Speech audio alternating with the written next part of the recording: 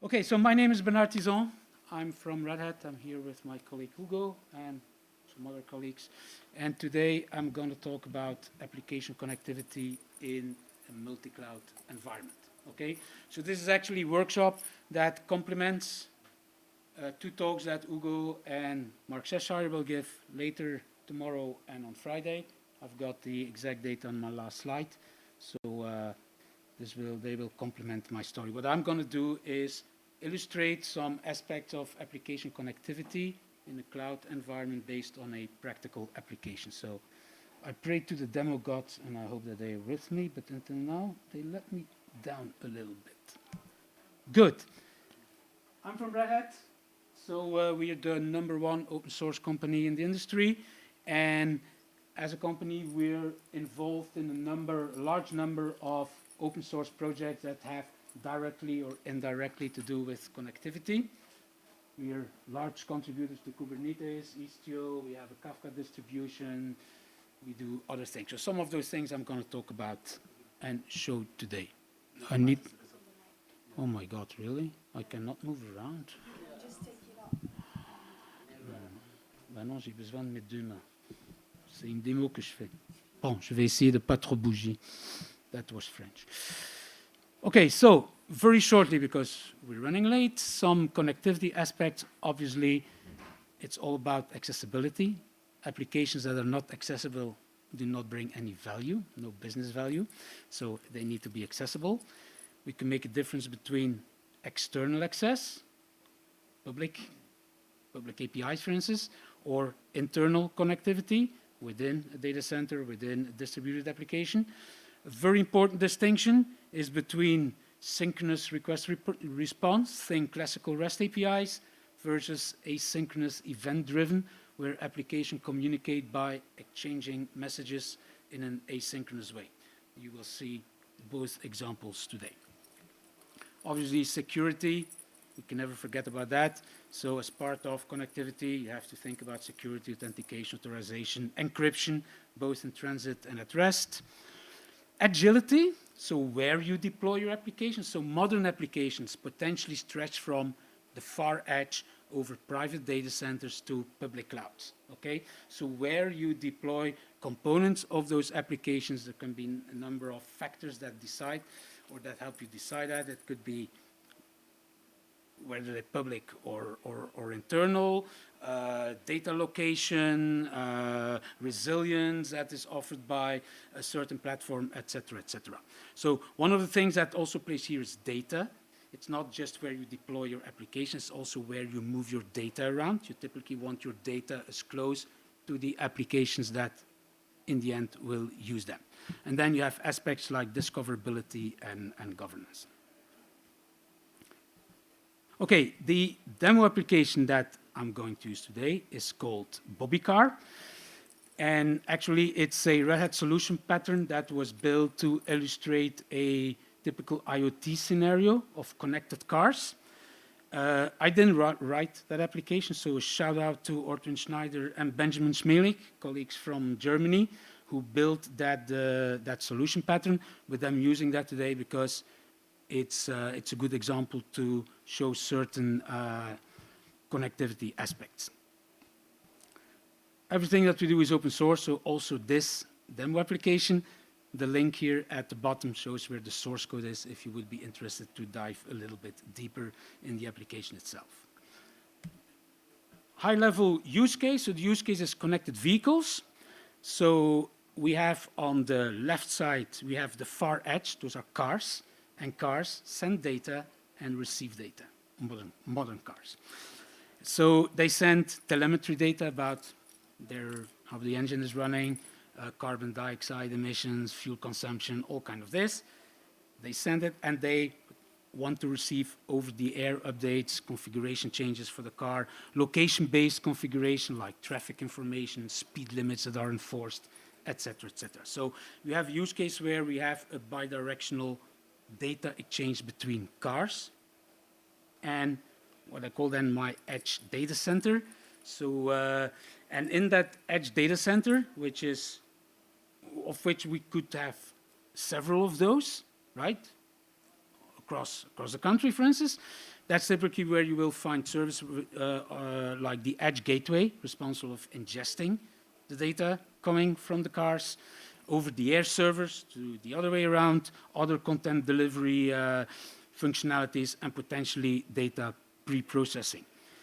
And then, obviously, in such an edge data center, you collect potentially large amount of data, and obviously you want to do something with that data, right?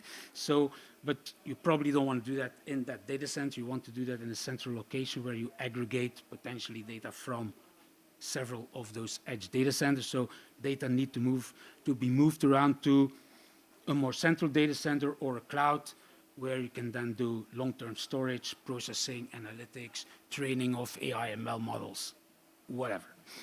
Okay, so that's a bit the use case that we're into.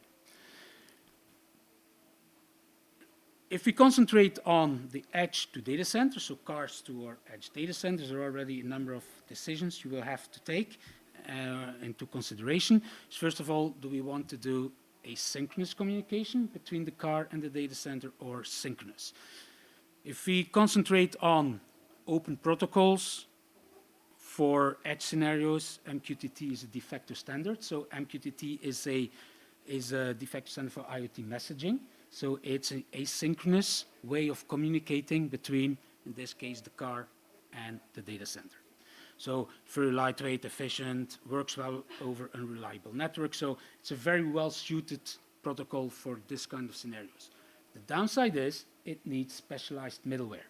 You need brokers that can ingest the data and potentially send data back. When we talk about synchronous request-reply, HTTP, which has the advantage of being ubiquitous, so you can use HTTP to post data from the car to the data center or to get information back. The good side of HTTP, as I said, is simple. It's ubiquitous. You don't need specialized middleware. On the other hand, it misses a lot of functionalities that makes MQTT such a good choice in such a scenario.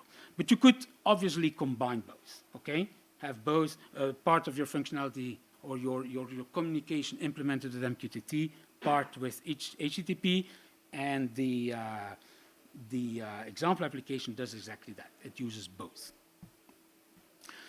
Now, we need something else, because MQTT nor just an HTTP server are not suited for long-time storage of potentially very large volumes of data, so we need something to store that data and potentially move that data around. You could think of a traditional database, but if you think about the nature of the data, so those cars are continuously, at least as long as they're driving, they're continuously sending data, so it's more a stream, a continuous stream of information that goes from the car to the edge data center. So a streaming platform makes a lot of sense to be the ultimate target of that data. That's where Apache Kafka comes in. Apache Kafka, which is a highly scalable distributed streaming platform. So we can use, and is becoming the de facto standard for everything that has to do with streaming applications. So we can use Kafka to store the data once it's been ingested by our MQTT brokers or HTTP servers, okay? So MQTT and Apache Kafka, perfect combination for an end-to-end IoT integration. If you look briefly, I'm going not to go too much into the detail, that's like the architecture still edge to data center. So if you remember my high-level overview, the left part of the slide. So we have our cars. Obviously, I don't have a real car here. So, but I have a simulator that simulates cars. So it simulates a number of cars driving along a predefined route and sending data to my edge data center. My edge data center runs on OpenShift, Red Hat OpenShift, which is our enterprise Kubernetes distribution. In this case, it's running somewhere on Amazon. And then to ingest the data from the car, as I said, we use both HTTP and MQTT. For MQTT, we use AMQ Broker, which is a Red Hat distribution of an open source messaging broker. we can use it here because AMQ broker understands MQTT, so we can use it as an MQTT broker.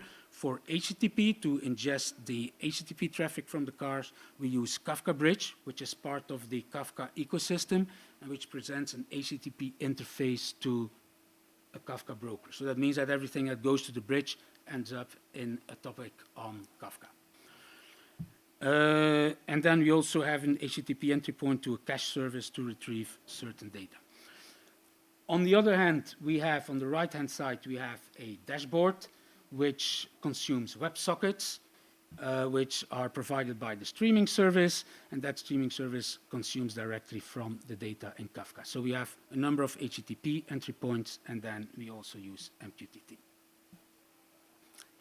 And with that, I would like to demonstrate that application. So let's, and then dive into some things.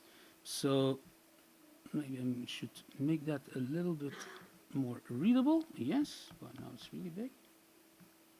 Whoa, that's why.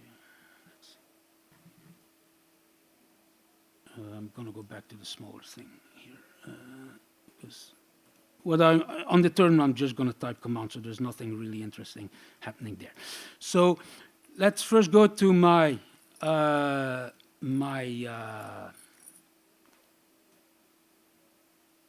whoa, that's interesting. Sorry, I need to log into the network, it seems. Yes, I have read and accepted the terms and conditions. Well, you didn't know how to get into the Wi-Fi terminal. And that's not where I want to go. I want to be here. So this is, if you're an OpenShift console, I said my Edge data center is running on OpenShift. I have a number of things running here in a number of namespaces. So I have my AMQ broker. Maybe I can show the slightly different view of this. Whoa, whoa, whoa. I have my Kafka broker, AMQ broker, data grid. I've got all my infrastructural components. I've got my simulator running here. Well, it's not actually running at the moment. I'm going to start it up in a second. So this is what is going to send the data. And let's just do that. So that's the first thing I'm going to do in my local data center. I should have a command here. Yes. I'm going to spin up my simulator. Okay. There we go. So this pod on this OpenShift cluster is spinning up, and at the same when it's ready to go, it will start sending messages both over MQTT and HTTP, which will end up in my Kafka broker. So the best way to see that they're actually sending data, I have here KafDrop, which is a Kafka introspection tool, and in Kafka I can see, so it's pointing to my my broker in my Edge data center. It has a number of topics that receive data, and the two that we will see here is that if I refresh this, you see this number. I hope it's readable. Yeah, it's probably readable. So messages are indeed coming in. So this is GPS data, which is sent over HTTP. And then we also have the metrics, which are sent over MQTT. So the data, this is sending at a slightly lower frequency. So yeah, up, it refreshes. So data is coming in, okay? And then I can show you quickly a dashboard. I have a dashboard which uses WebSockets to consume some of that data, where I can show, let's first refresh it to make sure that it works. Yes, I can show a map. And then you see for every car, you see like a marker. You can see those markers. You can see those markers move. So marker responds on the GPS data. I can zone in into a car, and then you can see, like in this case, it's Mercedes. You can see it running. You can see the actual metrics of the car if I click this. It's just a console that ingests some of the data. This is more for eye candy, right? This is not the main point that I want to talk about. But you can see this application is actually doing something.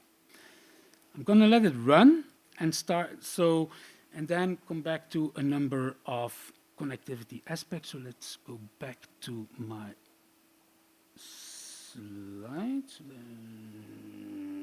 Okay, interesting. Yeah, I want to be here.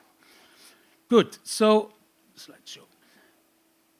As I mentioned, I have a couple of HTTP endpoints through which my car sends data or through which the console consumes data over WebSocket. So those are, you can think about them as classical REST APIs, right? So they can be secured, they can be managed, they can be observed using a classical API manager platform like Treescale, which is Red Hat's API management platform. And let's say the setup is, you're probably familiar with this, you have like traffic that comes in, goes first over an API gateway where policies are enforced, security is checked, where traffic is reported then to the control plane before reaching the real application, okay? So in the data plane, we have API gateway. In the control plane, we have the API manager, okay? North-south traffic that's coming in from the outside into a cluster. Once in the cluster, we talk more about east-west traffic.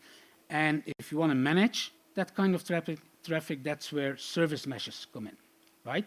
In a service mesh, you have also a control plane, and then you have a data plane. And basically, in a service mesh, in a distributed application, every application component, which runs in containers, is augmented with a sidecar, which intercepts all ingoing and outgoing traffic, and where policies are enforced, security is enforced, routing rules are applied.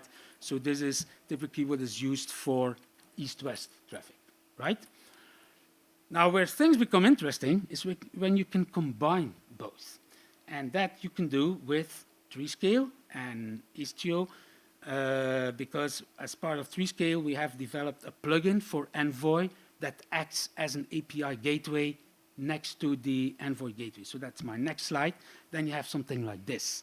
So you have still incoming traffic that immediately becomes part of the mesh because the ingress is part of the mesh as well.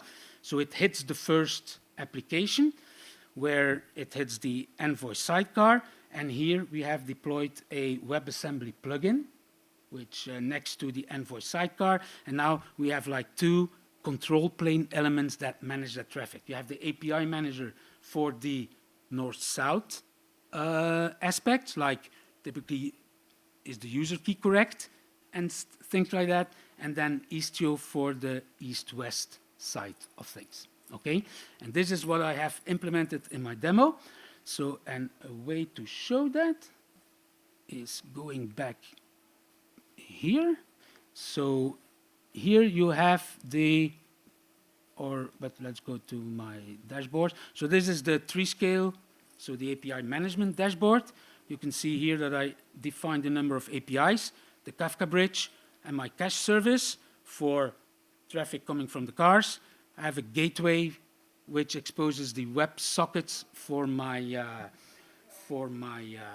dashboard. So the cache service and the Kafka bridge use that combination of API management and service mesh. So that means that one way to look at least that something is happening here, I can go to, for instance, my Kafka bridge and look at traffic.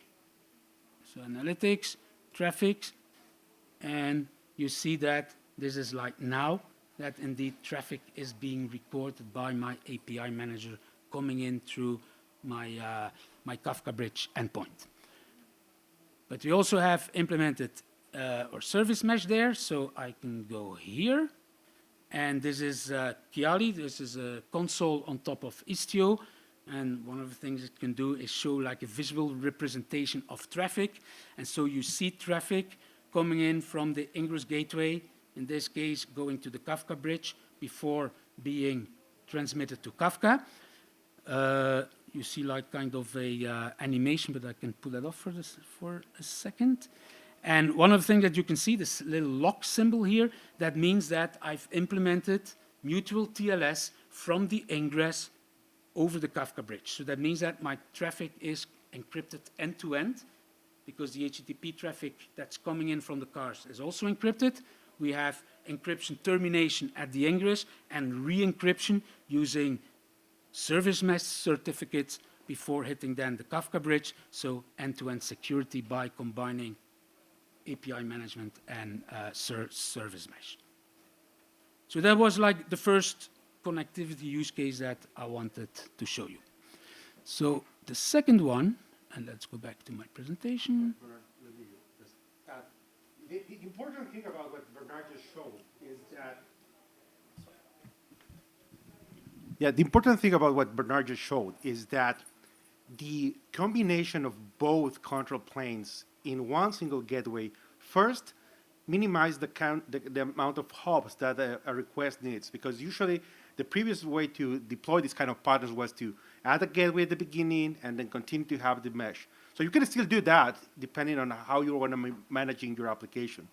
The value of this kind of combination is that if you're using just the mesh to communicate and secure your services, and then you decide you want to expose one of those services as an traditional API, Northwest traffic, application plans, policies, metrics, monetization, that's something that the mesh cannot do for you. It's more complicated.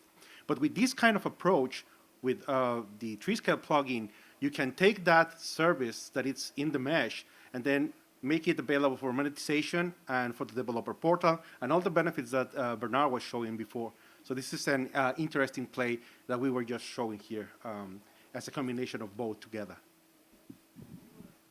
Thank you, Hugo. Okay, the next use case, connectivity use case that I want to show you has to do, let's go back in slideshow mode here, has to do with data replication.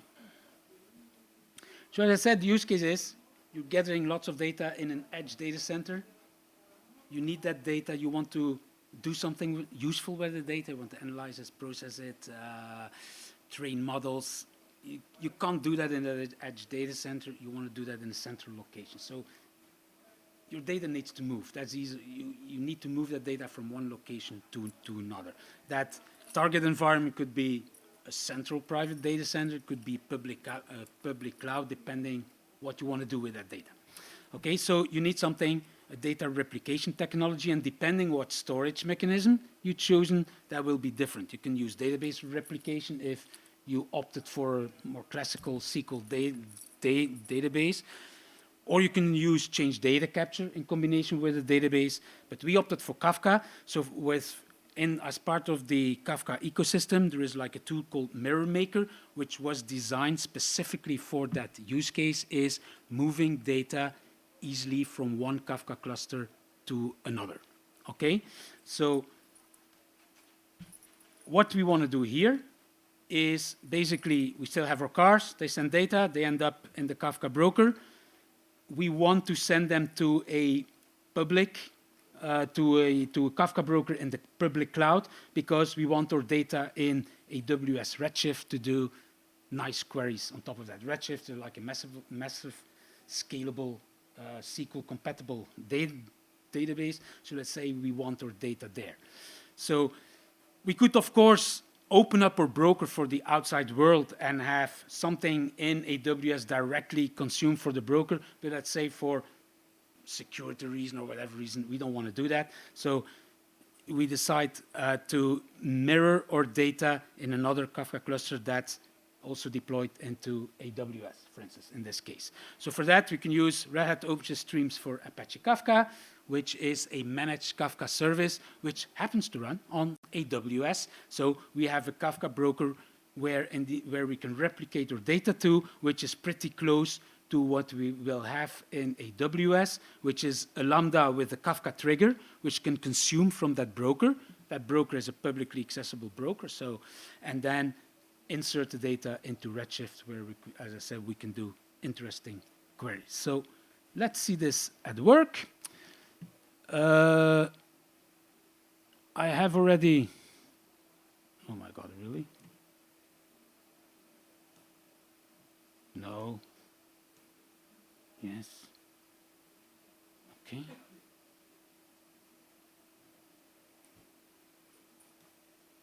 Okay. I need to, where is my, okay. Sorry, I need to find my password back because this will not take too long. Username here. So I'm logging into the Red Hat Cloud console. which is our entry point to all cloud services that Red Hat has to offer. Okay. We recommend you to sign up if you want to try the service for free. So the service that Bernard is going to be using, it's available for a free instance, so you can try it for free. Go to developers.redhat.com and you can try it. Yeah, so I have here a Kafka broker. I called it Central to contrast with Local, which is my edge data center, and it's running on AWS in EU West 1, where also my other AWS services are running. And I should have an AWS, and that's what I was afraid of, that I won't be able. I will drop the AWS part here because I need to log in and this. But I will show the mirroring so that at least you will see this. So I have Mirror Maker installed in my local data center, my edge data center. It's not running at the moment. So I will spin it up with, let's change that to 1. There we go. So my Mirror Maker is spinning up. What I do have is a second Kaf drop instance, which is here, which is pointing to this address, which is my my managed Kafka service, bootstrap address. I have a number of topics here, which are prefaced. It's the same topics as in my other broker, but prefaced with local, which is the alias for my source cluster. And from the moment that that the Mirror Maker kicks in, you will see all those messages being replicated. So you already replicated 8,700 messages from the source. So messages are flowing now, and they are now available. And maybe I should show. Should I show or can I skip the AWS part? I can try. I need to log in. Okay, you don't read my secret access key, because that's why I didn't want to do that. So don't take a picture, please. Well, it's going to disappear tonight anyway. So copy link, and then I need to go back here. AWS, let's go here. Oh, here it seems to work. No, I need to log in again. Okay, so bear with me for a second.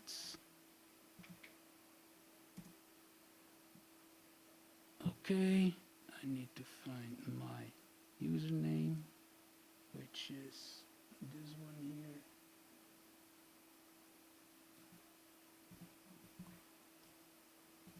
Okay, and I need to find my password, which is this one.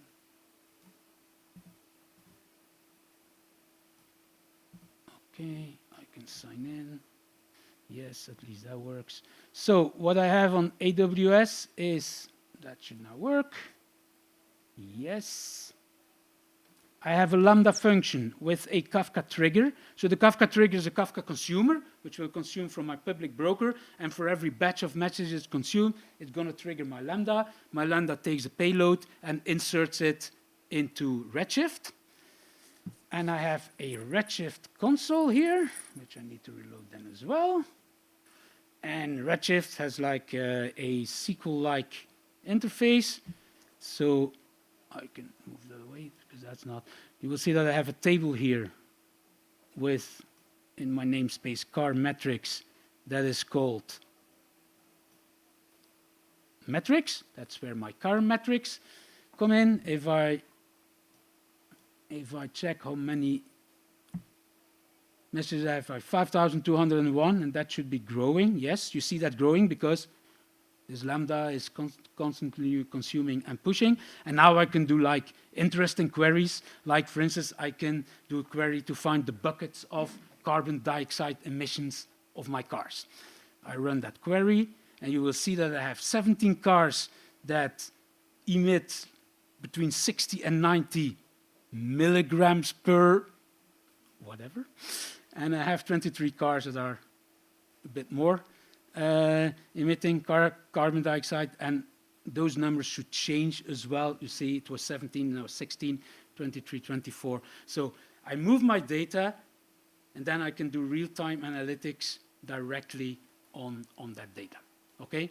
So that was the second use case I wanted to show. And then the third one. So how many clouds have we seen right now? Oh, now we have seen, well, the edge is not really a cloud. We have my edge data center, and we have AWS, the public cloud. And now I'm going to introduce a third one, because we're going to talk about virtual networking. Okay, so third use case and last one is about hybrid cloud connectivity with a project called Skupper. So imagine you have like a distributed application with, in this case, 3 services which are deployed in 3 different network locations. Okay, so if those 3 want to communicate, the most obvious thing is, okay, you make them publicly accessible, but that's maybe not what you want.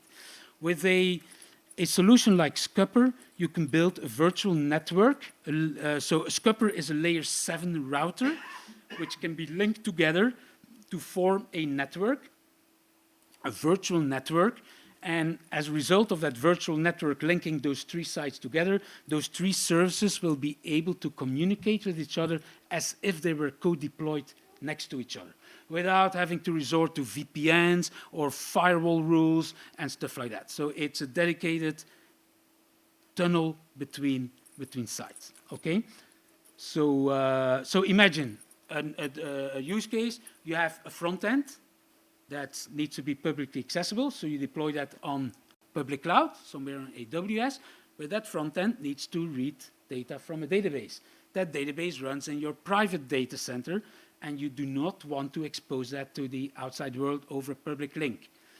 By linking those 2 sites together with Skupper, you can have your front end read data from your database over a secured, dedicated tunnel without having to expose your database, okay?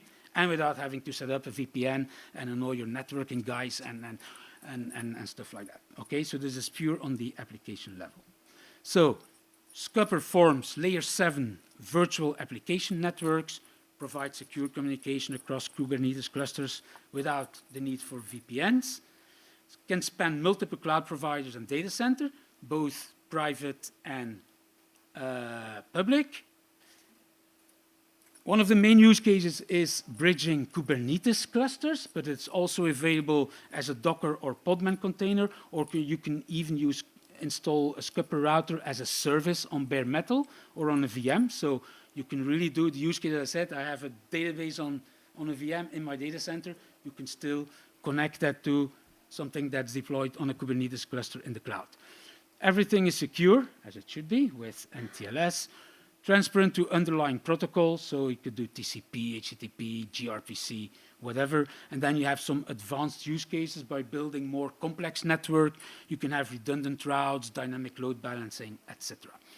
It's an open source project, and the upstream is at Skupper.io, so if you're interested in this, I encourage you to go and check it out. So what I want to do is this. So we still have our cars, we have our edge data center with our Kafka broker that gets the data. And now let's say that we have an application deployed somewhere else in another data center that wants to consume data from that broker. We could do what I just showed. We replicate the data in that other data center. But if it's just for one application, that might be overkill, because you need to spin up a new Kafka broker, which needs to be managed and maintained, and the whole thing, which eats resources, and the storage, and etc. So another maybe better solution in that case is to use Skupper to link those 2 sites together and actually expose the Kafka broker as a virtual service in my central data center, so that this app can consume from it, thinking it's a local Kafka broker, while in reality it goes through that dedicated secure tunnel to get data from the real broker, without having to expose that broker publicly. Okay, so let's see that in action. So that's a number of commands that I will have to type to see that. So I need to do a number of things to make that happen. It's actually pretty simple. I need to install Skupper on my 2 sites. So I have a second OpenShift cluster. whoa, which is here. There is not a lot in there. Actually, there is nothing running in that cluster at the moment. So if you look at, what was I going to see? Pods, yeah. So there is nothing running here, but this will change because what I'm going to do, I'm going to install Skupper on my two sides. I'm going to link Skupper so that they form a link, and then I'm going to expose my Kafka broker and start consuming from it. So I need to do a command, which normally there should be somewhere here. Not delete, that's not what I want. I want init, yes. So I'm gonna, this is my local cluster, maybe not very readable. I'm gonna install Skupper there. That should work. And I'm gonna do that in my central server as well. Oh, was not deleted. I need to, sorry, I need to take the right, this one. Okay. What unauthorized? I need to log in my cluster.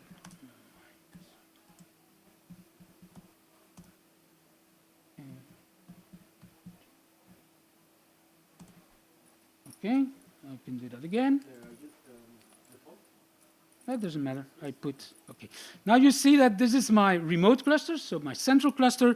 You see two pods are being spun up, the Skupper router, and then a service controller. The same happened in the local, in the edge cluster. So now I have Skupper installed, but it doesn't do anything at the moment. So if I look on my network, it just sees itself, okay? We need to link our cluster, and for that, I need to create a token on one cluster and then use that token to create a link on the other one. So I'm going to create a token here. I'm going to remove it first, the one, because there might be from my previous run. Okay, I'm going to create a token create in my local cluster. That creates like a YAML file that's written to a certain location, and I use that token to link my two sites together. That should be link create and yes, that's this one. Okay, now we should see something happening. Eventually, I can do link status maybe. Link status. Yes, I have an active link. Yeah, okay. Now you see my two sites are connected. So I have a tunnel between my private and my public, my local and my central cluster. But there is nothing happening there yet. We want to expose a service. So I'm going to expose my broker, my Kafka broker, in expose. Yeah, but I don't want to type it because I'm going to make mistakes. This one. I'm going to expose my Kafka cluster in my Skupper virtual network by doing this. Okay. And if I go now to my remote cluster, two new pods are being spun up. They're called like Bobbycar cluster Kafka. So those are actually remote proxies to the real Kafka broker that's running in my local data center. So my application that I'm going to spin up in a second is going to talk to that network proxy, and then the communication will be tunneled through the tunnel to the real broker and vice versa. Okay, so those are just proxies. Those who are long enough in the industry, remote TGBs, something like that, conceptually. It's a tough one, yeah. Okay, so to show you how that works, I have the same streaming application that I have in my local cluster that exposes the WebSockets. I deploy that in my remote one as well. I need to start it up. So I should have yeah, that's this one.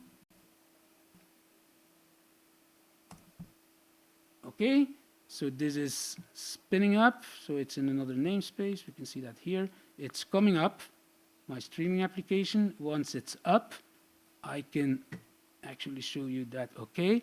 And now I have here a very simple application. It's a Google Chrome extension, which allows you to test WebSocket endpoints. So I have here a WebSocket endpoint pointing to my central cluster, so the application that just started up. If I open that socket, you will see it consumes data that are actually in the Kafka broker in my edge data center without having like a real public link. It all goes to that private tunnel. Okay?